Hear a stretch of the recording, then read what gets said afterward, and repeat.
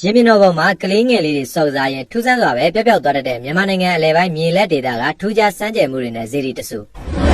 သူကလေးပျောက်သွားတာကိုဇေဒီတော်ရေမြင့်တော်ပေါ်ကမေတော်ရုပ်ထုကြောင့်ဆိုပြီးရုပ်ထုရေပတ်တက်တဲ့ကိုတနက်နဲ့ပြစ်ခတ်ခဲ့တဲ့အင်္ဂလိပ်စစ်ဗိုလ်မိသားစုဘလို့ကံကြမ္မာဇိုးနဲ့ကြုံသွားခဲ့ရတာလေ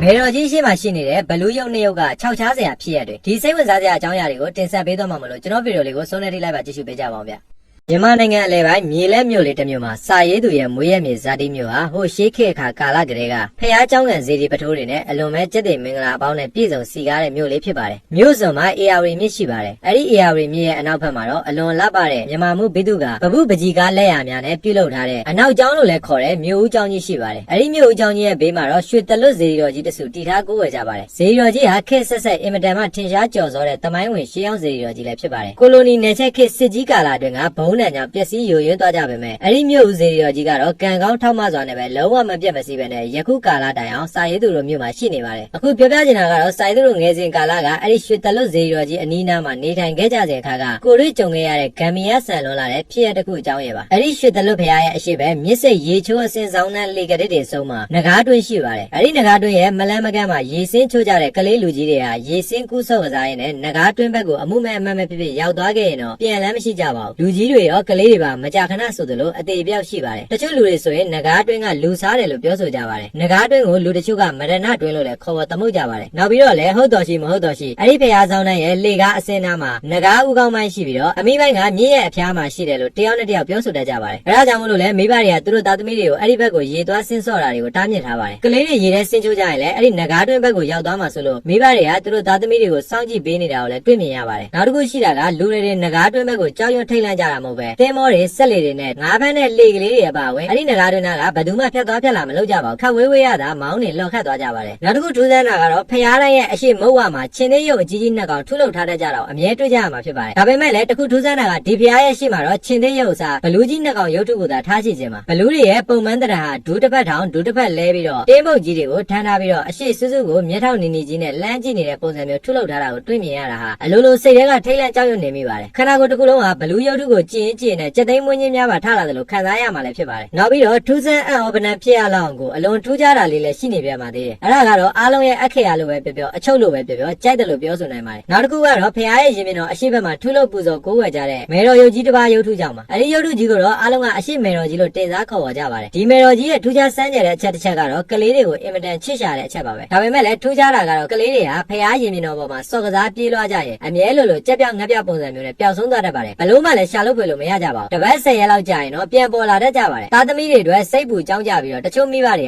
ေကဘေးတွေမေးနတ်မေးအကြားမြင်နေမေးလောက်ကြတော့မှမေတော်ကချစ်လို့ဖွက်ထားတဲ့ကြောင်သိရရှာပါတယ်အဲဒီတော့မှမိခင်ဖြစ်သူတွေကမေတော်စီသွားရောက်ပြီးတော့ကြော်ပွဲတွေပါတယ်ပေးပြီးတော့တောင်းပန်ပြောဆိုတော့မှမိမိသားသမီးတွေကိုပြန်လဲတွေ့ကြရပါတယ်ပြန်တွေ့တယ်ဆိုတာတော့ဟိုဝေးကြီးကနေပြန်တွေ့တာမျိုးမဟုတ်ဘဲနဲ့မေတော်ရုပ်ထုနောက်နားလေးကနေပြန်ထွက်လာတာမျိုးပါပဲကလေးတွေကိုပြန်တွေ့လို့မေးမြန်းကြည့်တဲ့အခါမှာလဲသူတို့ဟာရှင်းအောင်နန်းတော်ကြီးတစ်ခုထဲမှာအစားအသောက်အရှံပဲနဲ့ကျွေးမွေးထားပြီးတော့အဲ့ဒီထဲမှာပဲစော်စားနေကြတာပါလို့ပြောကြပါတယ်ပြေးလွှားစော်စားကြရင်လည်းကြာလာတော့အိမ်ပြန်ကျင်လာတဲ့စိတ်ဖြစ်လာလို့အပြင်ပြေးထွက်လာကြရင်လည်းအမေတို့အဖေတို့နဲ့ပြန်တွေ့တာပေါ့လို့ပြောကြပါတယ်စာရေးသူတို့မြင်တွေ့နေရတဲ့အရှိမေတော်ကြီးရဲ့ရုပ်ထုဟာအတော့ကိုကြီးမားလွန်းလာပါတယ်အမြင့်က10ပေလောက်ရှိပါတယ်မေတော်ကြီးကိုတော်ရုံတန်ရုံမျက်လုံးချင်းစုံအောင်စိုက်မကြည့်ရဲကြပါဘူးမေတော်ကြီးနားကိုလည်းတရားမှမသွားဝင်ကြပါဘူးပြောရရင်တော့မေတော်ရုပ်ထုဟာအသက်ရှိသူတယောက်လိုပါပဲမျက်တောင်ခတ်တယ်မျက်နှာပြုံးတယ်မျက်နှာအမူအရာပြောင်းလဲလေးရှိတယ်လို့ဆိုကြပါတယ်ဒါဟာမေတော်ကြီးရဲ့ထူးခြားမှုတစ်ခုပါပဲနောက်ပြီးတော့အနောက်မေတော်ကြီးနဲ့ပတ်သက်ပြီးထူးခြားစမ်းကြယ်မှုတွေအန်အော်ပနန်တိုက်ဆိုင်မှုတွေတဘာဝလုံးဖြစ်ရစတဲ့ အများကြီးရှိပါသေးတယ်။ဒီနေ့မှာအင်္ဂလိပ်မျက်နှာပြူစစ်ဗိုလ်ကြီးရဲ့သားလေးဟာဖျားရင်မြင်တော်ပေါ်မှာစော်ကစားပြေးလွှားရင်းနဲ့ပဲထူးထူးဆန်းဆန်းပျောက်ကျသွားခဲ့ပါတယ်။အင်္ဂလိပ်စစ်ဗိုလ်နဲ့သူဇနီးဟာသူတို့ကလေးကိုဘလို့ပဲအော်ခေါ်ရှာဘလို့မှရှာမတွေ့တော့ပါဘူး။အဲဒီတော့အင်္ဂလိပ်မျက်နှာပြူစစ်ဗိုလ်ကြီးကသူ့ရဲ့တပည့်ရဲဘော်တွေခေါ်ယူပြီးနေရာအနှံ့ပတ်စိတ်တိုက်ပြီးလိုက်ရှာပဲမလဲမတွေ့ခဲ့ကြပါဘူး။အဲဒီလိုနဲ့ဘလို့မှရှာမရတဲ့အဆုံးမှာတော့နတ်ဝင်တွေကိုခေါ်ပြီးဘေးရင်သွားရောက်မင်းမြန်းကြည့်တဲ့အခါကလေးတွေကိုမေတော်ကချစ်လို့ဖွက်ထားတဲ့အကြောင်းကိုပြောဆိုလိုက်တဲ့ဆိုရင်ပဲအင်္ဂလိပ်စစ်ဗိုလ်ဟာစိတ်ထဲကထောင်းကနေဒေါသဖြစ်သွားပါတယ်။စိတ်ထဲကလည်းသူလိုစစ်ဗိုလ်တယောက်ရဲ့သားကိုမှလာလို့ဝတ်နဲ့တွေးပြီးတော့မကန်ကြည့်မခံသာရှူးရှူးရှဲရှဲဒေါသတွေဖြစ်ပြီးမေတော်ရုပ်ထုစီကိုအရောက်သွားပါတယ်။ရုပ်ရင်းကျန်းတဲ့စကားမျိုးတွေနဲ့ဆဲဆူကျိမ်းမောက်ပါတယ်။သူတို့ရဲ့သားလေးကိုပြန်တွေ့တယ်ဆိုတာနဲ့တပြိုင်နက်မေတော်ရုပ်ထုရဲ့ရင်ဝါကို6လုံးမျိုးနဲ့ချိန်ရွယ်ပစ်ခတ်လိုက်ပါတော့တယ်။အဲဒီလိုတနက်နဲ့ပစ်ခတ်လိုက်တဲ့ဆိုရင်ပဲချက်ချင်းဆိုသလိုထူးဆန်းတာတွေတိုက်ဆိုင်မှုတွေဖြစ်ပေါ်လာပါတယ်။မေတော်ရဲ့ရင်ဝါတနက်မှန်ထားတဲ့နေရာကနေဘယ်ကနေဘလို့မှမသိတဲ့သွေးနီနီရဲရဲတွေစီးကြလာပါတယ်။လေပြင်းမုန်တိုင်းတွေလည်းရုတ်တရက်တိုက်ခတ်လာပါတယ်။စစ်ဗိုလ်မိသားစုကမေတော်ကြီးရဲ့အဖြစ်အပျက်ကိုကြည့်ပြီးခဏတော့မှင်တက်မိသလိုဖြစ်သွားကြပါတယ်။နောက်ပြီးတော့အဲ့ဒီအချိန်အခါမှာ မှာပဲမေတော်ကြီးရဲ့မျက်နှာဟာတဖြည်းဖြည်းပြောင်းလဲလာပါတယ်အင်္ဂလိပ်စစ်ဗိုလ်မိသားစုကိုမျက်ထောက်နေကြီးနဲ့မကြေမချမ်းစိုက်ကြည့်ပြီးတော့ဒေါသဖြစ်နေတဲ့မျက်နှာပုံစံကိုမြင်တွေ့ရပါတယ်အင်္ဂလိပ်စစ်ဗိုလ်မိသားစုကကြောက်ရွံ့ထိတ်လန့်လာပြီးတော့ဖျားရင်မြင်တော်ပေါ်ကနေဆင်းပြေးကြပါတယ်သူတို့ကြစ်ကားထားတဲ့စီကိုရောက်တယ်ဆိုရင်ပဲကားပေါ်ကိုအတင်းပြေးတက်ပြီးတော့အရှင်ပြင်းပြင်းနဲ့သူတို့အိမ်ရှိရာကိုမောင်းနှင်ပြေးသွားကြပါတယ်ဒါပေမဲ့လည်းစစ်ဗိုလ်ရဲ့သားလေးဟာကြောက်ကြောက်ရွံ့ရွံ့နဲ့ကားပေါ်ကနေနောက်ကိုလှမ်းကြည့်ပြီးတော့ဘလူးကြီးနှစ်ကောင်လိုက်လာနေပြီလို့အော်ဟစ်နေပါတယ်စစ်ဗိုလ်လင်းများကပုံမထိတ်လန့်ကြောက်ရွံ့လာကြပြီးတော့သူတို့သားလေးအော်ဟစ်နေတဲ့နောက်ကိုလဲကြည့်လိုက်တဲ့အခါမှာတော့အမှန်တကယ်ပဲဘလူးနှစ်ကောင်ဟာကားနောက်ကိုတင်းမုတ်ကြီးတွေထမ်းပြီးအတင်းပြေးလိုက်လာနေတာကိုတွေ့ရပါတယ်အဲ့ဒီဘလူးနှစ်ကောင်လိုက်လာတာကိုတော့စစ်ဗိုလ်မိသားစုကလွဲပြီးတော့တခြားဘယ်သူမှမမြင်တွေ့ကြရပါဘူးအဲ့ဒီတော့စစ်ဗိုလ်မိသားစုကတုံလုံး6ကြာကြောက်ရွံ့လာပြီးတော့ဂျစ်ကားကိုမောင်းပြေးလာလိုက်တာဂျစ်ကားဟာအိမ်ရှိရာဘက်ကိုမမောင်းနိုင်မနဲ့တောင်ဆောင်တစ်ခုနာကမဒနာကြောက်ကမ်းမပြက်ကြီးစီကိုတက်တဲ့ကြီးကိုမောင်းပြေးမိရတာဖြစ်နေပါတယ်ဘာကြောင့်မလို့အင်္ဂလိပ်မျက်နှာပြူမိသားစုဟာကြောက်ကမ်းမရှိတဲ့ဘက်စီကိုမောင်းပြေးနေရလဲဆိုတော့မမြင်ရတဲ့ကြောက်မက်ပဲဆွေးငင်ရတစ်ခုကြောင့်ပါပဲအိမ်မက်ကိုမောင်းနေပါလေရဲ့နဲ့မဒနာကြောက်ကမ်းမဘက်ကိုပဲမောင်းပြေးနေမိရတာဖြစ်နေတာပါဂျစ်ကားဟာဘလို့မှအချိန်ထိလို့မရတော့ပဲနဲ့ဂျစ်ကားနဲ့အတူအင်္ဂလိပ်မျက်နှာပြူစစ်ဗိုလ်မိသားစုဟာမဒနာကြောက်ကမ်းမတဲ့ကိုထိုးကြပြီးတော့ရုပ်ပြက်စင်ပြက်မီးလောင်တေချေပျက်စီးသွားခဲ့ရပါတယ်နောက်ထပ်အကြောင်းအရာတစ်ခုကတော့အောက်လန်းတိုက်ဆရာတွေကြောင့်ပါပဲအောက်လန်းဆရာတွေရောက်ရှိလာပြီးတော့ဘဘူးနဲ့ပယံဆရာတွေခေါ်ပြီးမေတော်ရုပ်ထုကြီးကိုအသစ်ပြုပြင်ဖို့ကြိုးစားကြတာပါအသစ်ကြိုးစားတယ်ဆိုတာကအဟောင်းကိုဖျက်ဖွင့်ပြီးတော့ဘာညာပစ္စည်းတွေရှာတာပါဒါပေမဲ့လည်းမအောင်မြင်ကြပါဘူးပြုပြင်လို့မရကြပါဘူးအောက်လန်းဆရာတွေနဲ့တကွာဘဘူးပယံဆရာတွေဟာချက်ချင်းလက်ငယ်ဆိုသလိုဗဇက်တွေကသွေးတွေအန်ထွက်ပြီးတော့တေဆုံးကြပါတယ်ယခုတင်ဆက်ပေးခဲ့တဲ့အကြောင်းအရာလေးကတော့ရွှေတလွတ်ဖျားရင်မြင်တော်ပေါ်မှာကလင်းငယ်တွေထူးဆန်းစွာပျောက်တတ်တဲ့အဖြစ်အပျက်လေးနဲ့ထူးခြားစမ်းကြယ်မှုတွေနဲ့ပြည့်နေနေတဲ့ရွှေတလွတ်ဖျားပေါ်ကမေတော်ရုပ်ထုကြီးအကြောင်းနဲ့စိတ်ဝင်စားစရာပရလောကအကြောင်းအရာတွေကိုတင်ဆက်ပေးခဲ့တာပဲဖြစ်ပါတယ်ဗျာကျွန်တော်ရဲ့ဗီဒီယိုလေးကိုဆုံးနဲ့တိလိုက်ပါကြည့်ရှုပေးကြရလူချင်းမျိုးတယောက်ချင်းစီတိုင်းကိုလည်းကျေးဇူးတင်ပါတယ်